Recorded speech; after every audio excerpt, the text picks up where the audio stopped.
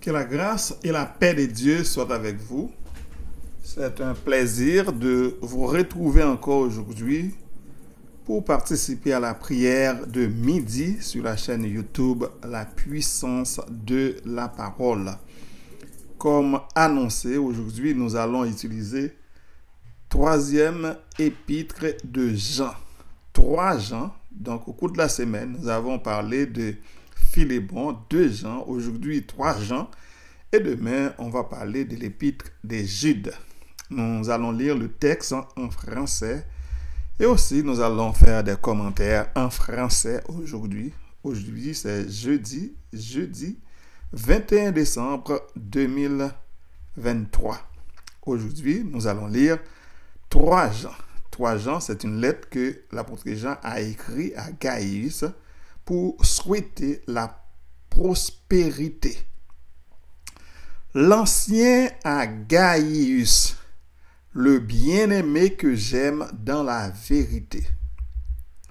Bien-aimé, je souhaite que tu prospères à tous égards et sois en bonne santé comme prospère l'état de ton âme. J'ai été fort réjoui lorsque des frères sont arrivés et ont rendu témoignage de la vérité qui est en toi, de manière dont tu marches dans la vérité. Je n'ai pas de plus grande joie que d'apprendre que mes enfants marchent dans la vérité. Bien-aimé, tu as agi fidèlement dans ce que tu as fait pour les frères et même pour des frères étrangers, lesquels ont rendu témoignage de ta charité en présence de l'Église. Tu feras bien de pouvoir à leur voyage d'une manière digne de Dieu, car c'est pour le nom de Jésus-Christ qu'ils sont partis sans rien recevoir des païens. Nous devons donc accueillir de tels hommes afin d'être ouvriers avec eux pour la vérité. J'ai écrit quelques mots à l'Église, mais Diotrephe, qui aime à être le premier parmi eux, ne nous reçoit point. C'est pourquoi, si je vais vous voir, je rappellerai les actes qu'il commet en tenant compte, nous, de méchants propos. Nous, non contents de cela, il ne reçoit pas les frères et ceux qui voudraient le faire. Il les empêche et les chasse de l'Église. Bien-aimé, n'imite pas le mal, mais le bien. Celui qui fait le bien est de Dieu. Celui qui fait le mal n'a point vu Dieu. Tous, et la vérité elle-même, rendent un bon témoignage à Démétrius. Nous aussi, nous lui rendons témoignage. Et tu sais que notre témoignage est vrai. J'aurais beaucoup de choses à t'écrire, mais je ne veux pas le faire avec l'encre et la plume. J'espère te voir bientôt et nous parlerons de bouche à bouche. Que la paix soit avec toi. Les amis te saluent. Salut les amis, chacun en particulier. Nous allons analyser 3 Jean verset par verset. Premièrement, le verset 1, c'est une salutation, c'est une lettre que l'apôtre Jean a écrite à Gaïs. Le verset 2, bien-aimé, je souhaite que tu prospères à tous égards et sois en bonne santé comme prospère l'état de ton âme. Ce verset exprime un souhait de prospérité globale pour Gaïs, le destinataire, qui est appelé bien-aimé. L'auteur désire que la personne prospère à tous égards, tant sur le plan physique que spirituel. L'utilisation de l'expression « comme prospère l'état de ton âme » suggère une interconnexion entre la prospérité physique et la santé spirituelle. Verset 3. J'ai été fort réjoui lorsque des frères sont arrivés et ont rendu témoignage de la vérité qui est en toi, de la manière dont tu marches dans la vérité. Ce verset exprime la joie de l'auteur lorsqu'il a appris que des frères, d'autres croyants ou membres de la communauté, sont venus et ont rendu témoignage de la vérité présente chez les destinataires.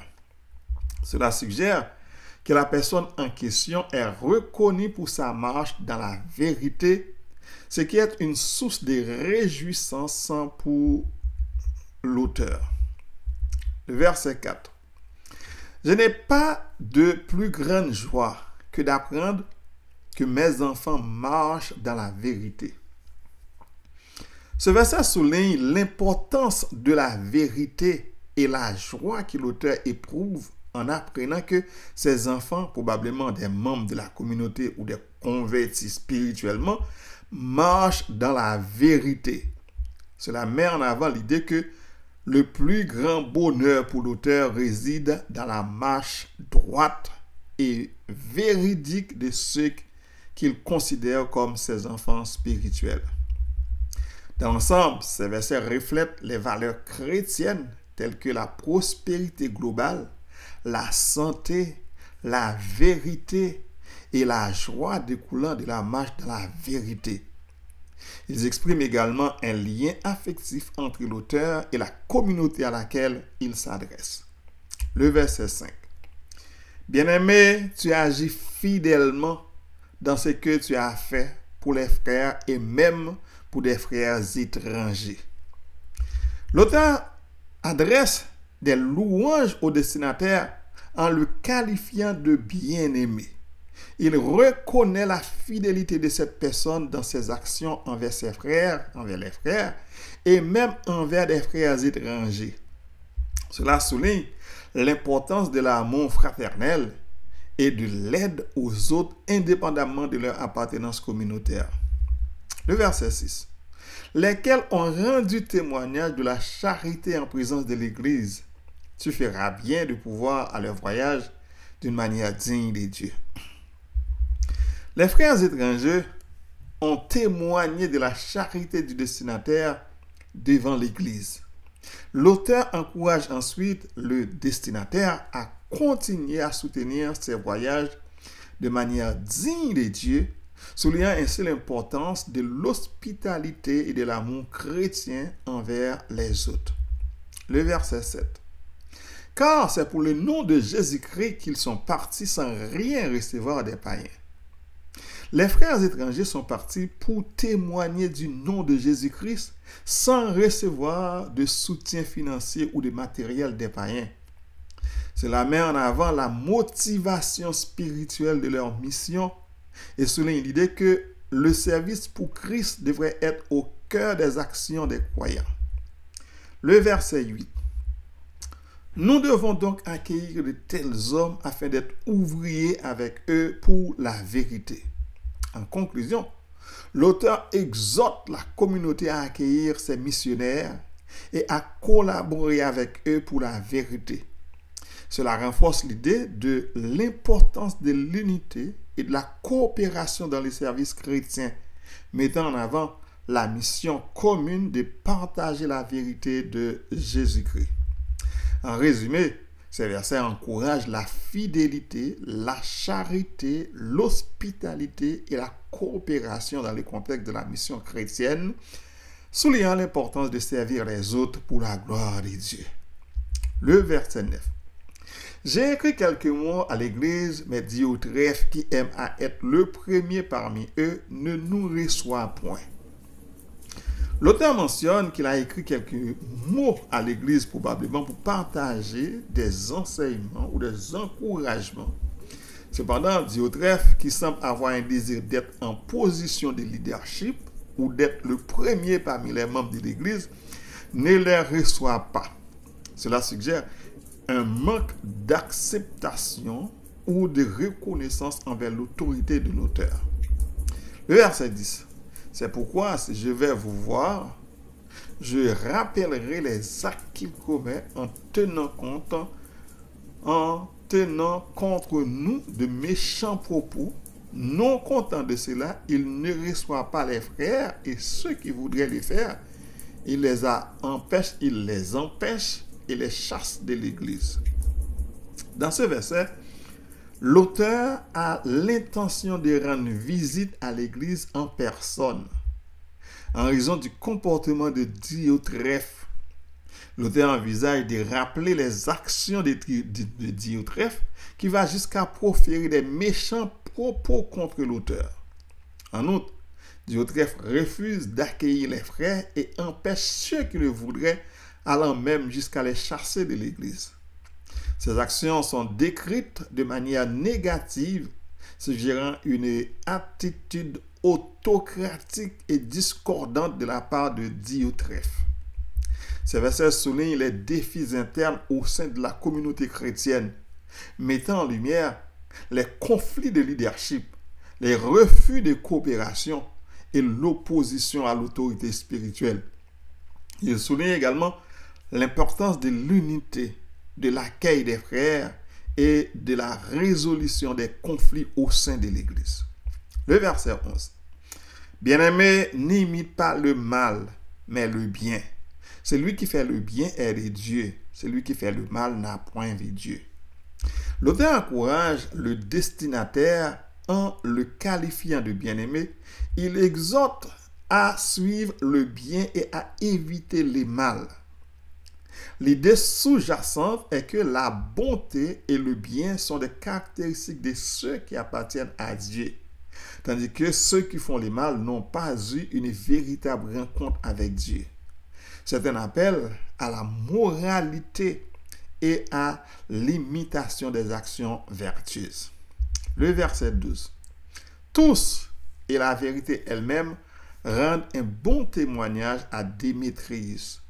Nous aussi, nous lui rendons témoignage. Et tu sais que notre témoignage est vrai.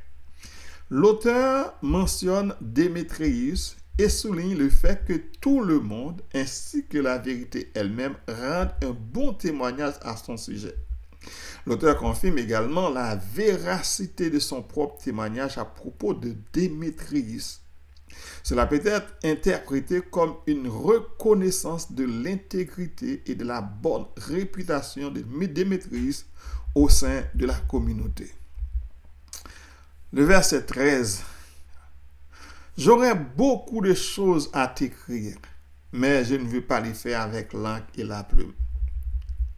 L'auteur exprime le désir de partager davantage d'informations, mais il semble préférer une communication plus personnelle et directe que celle offerte par l'Écriture. Le verset 14, enfin, j'espère te voir bientôt et nous parlerons de bouche à bouche. Que la paix soit avec toi. Les amis te saluent. Salut les amis, chacun en particulier. L'auteur exprime le souhait de rencontrer les destinataires en personne pour une conversation directe. Il conclut par des salutations en souhaitant la paix au destinataire et il demande au destinataire de saluer les amis individuellement. En somme, ces versets soulignent des principes de vie chrétienne, la valeur de la moralité, l'importance du témoignage positif et il reflète un désir de communication personnelle et de paix au sein de la communauté chrétienne. C'est une lettre que l'apôtre Jean a écrite à Gaius. Dans cette lettre, il souhaite la prospérité de Gaius. Aujourd'hui, nous allons poser cette question. Donc, vous allez répondre aussi à cette question, mais répondez à partir de ce qui est écrit dans la Bible. Oui, un chrétien peut-il prier Dieu pour demander la prospérité? Un chrétien peut-il prier Dieu pour demander la prospérité? C'est la question que je pose et je vais essayer de répondre. Je disais affirmativement, oui, beaucoup de chrétiens prient pour demander la prospérité. La prière est une composante essentielle de la vie spirituelle pour de nombreux croyants. Et ils peuvent adresser à Dieu diverses requêtes, y compris celles liées à la prospérité. Cependant, il est important de comprendre que la prospérité peut être interprétée de différentes manières. Certains chrétiens prient pour la prospérité matérielle, financière ou professionnelle, espérant que Dieu les bénira dans ces domaines de leur vie. D'autres peuvent prier pour la prospérité spirituelle, émotionnelle ou rationnelle, cherchant la croissance dans leur foi, la paix intérieure ou des relations épanouissantes. Les prières pour la prospérité ne se limitent donc pas uniquement aux aspects financiers. Cependant, il est important de garder à l'esprit quelques principes bibliques lorsqu'on prie pour la prospérité. La Bible encourage les croyants à rechercher d'abord le royaume de Dieu et sa justice. Matthieu chapitre 6, le verset 33. Soulignant que la relation avec Dieu et la conformité à ses principes sont prioritaires. De plus, la prière doit être alignée sur la volonté de Dieu et parfois la réponse à une prière peut être différente de ce que l'on attend. Certains passages bibliques soulignent également la nécessité de la gratitude et de la générosité, encourageant les croyants à partager leurs ressources avec les autres. Par exemple, la prospérité peut être vue comme une occasion de bénir les autres plutôt que de simplement accumuler des richesses pour soi-même. En résumé, un chrétien peut certainement prier pour la prospérité, mais il est important de le faire avec un cœur aligné sur les principes bibliques, en cherchant d'abord la volonté de Dieu et en étant conscient des responsabilités qui accompagnent la prospérité. La prière pour demander la prospérité peut être une manière personnelle et significative de communiquer vos souhaits et aspirations. Nous allons vous donner 2 exemples de prières que vous pouvez faire pour demander à Dieu la prospérité. 2 prières que nous allons vous donner 2 exemples de prières pour demander à Dieu la prospérité. Seigneur, source de toute abondance, je me tourne vers toi avec un cœur reconnaissant pour toutes les bénédictions que tu as déjà versées dans ma vie. Merci pour la vie, la santé, l'amour et la force que tu m'as accordée.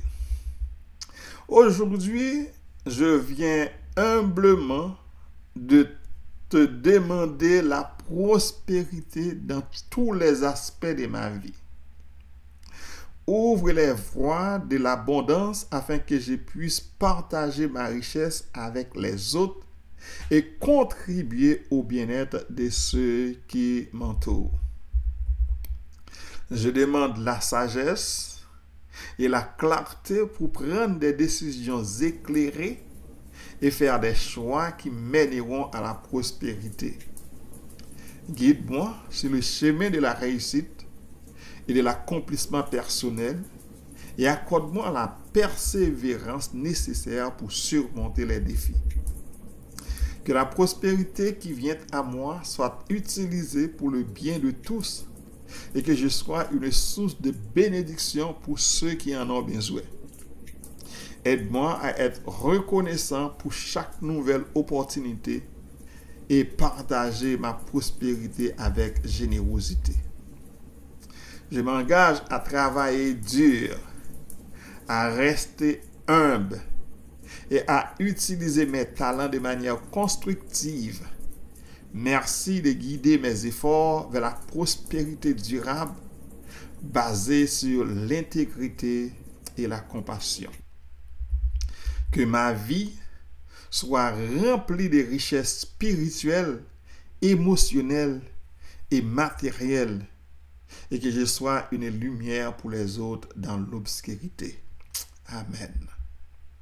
Une autre prière, vous pouvez faire pour demander à Dieu la prospérité. Notre prière. Seigneur, Créateur de toutes choses, je me tiens humblement devant toi, reconnaissant pour toutes les nombreuses bénédictions que tu as versées dans ma vie. Merci pour chaque moment de joie, chaque défi surmonté et chaque leçon apprise. Aujourd'hui, je viens à toi avec le désir sincère de prospérité. Je te demande de guider mes efforts vers la réussite dans ma carrière, mes entreprises et mes entreprises créatives. Inspire-moi à reconnaître les opportunités qui se présentent et à saisir avec confiance celles qui sont alignées avec ta volonté pour ma vie. Seigneur, je te prie pour la prospérité financière. Aide-moi à gérer sagement les ressources que tu m'as confiées, à prendre des décisions éclairées et à planifier avec sagesse pour l'avenir.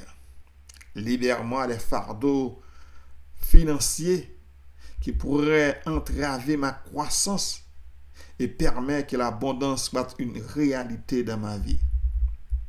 Accorde-moi au Seigneur la sagesse et la clarté d'esprit nécessaires pour prendre des décisions judicieuses dans tous les aspects de ma vie. Que chaque choix que je fais contribue à ma croissance personnelle et à mon bien-être général. Père céleste, je te demande également de bénir mes relations. Que l'amour, la compréhension et la coopération règnent dans ma famille, mes amitiés et mes relations professionnelles. Permets-moi d'être une source d'inspiration et d'encouragement pour ceux qui m'entourent.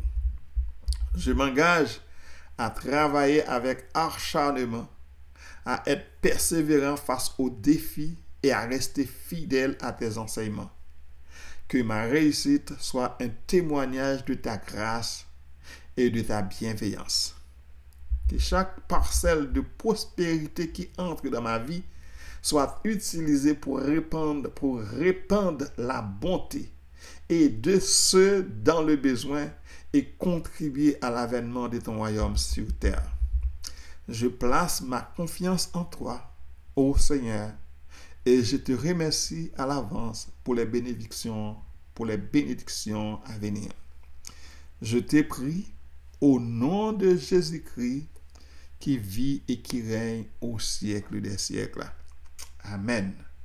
Je vous ai donné 2 exemples de prières pour demander à Dieu la prospérité.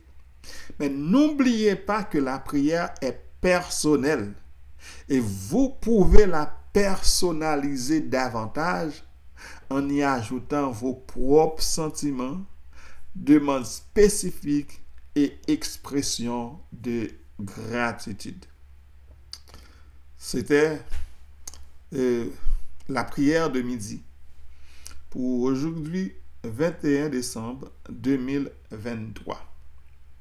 Donc, nous avons fait aujourd'hui en français, nous avons utilisé le français pour le service d'aujourd'hui.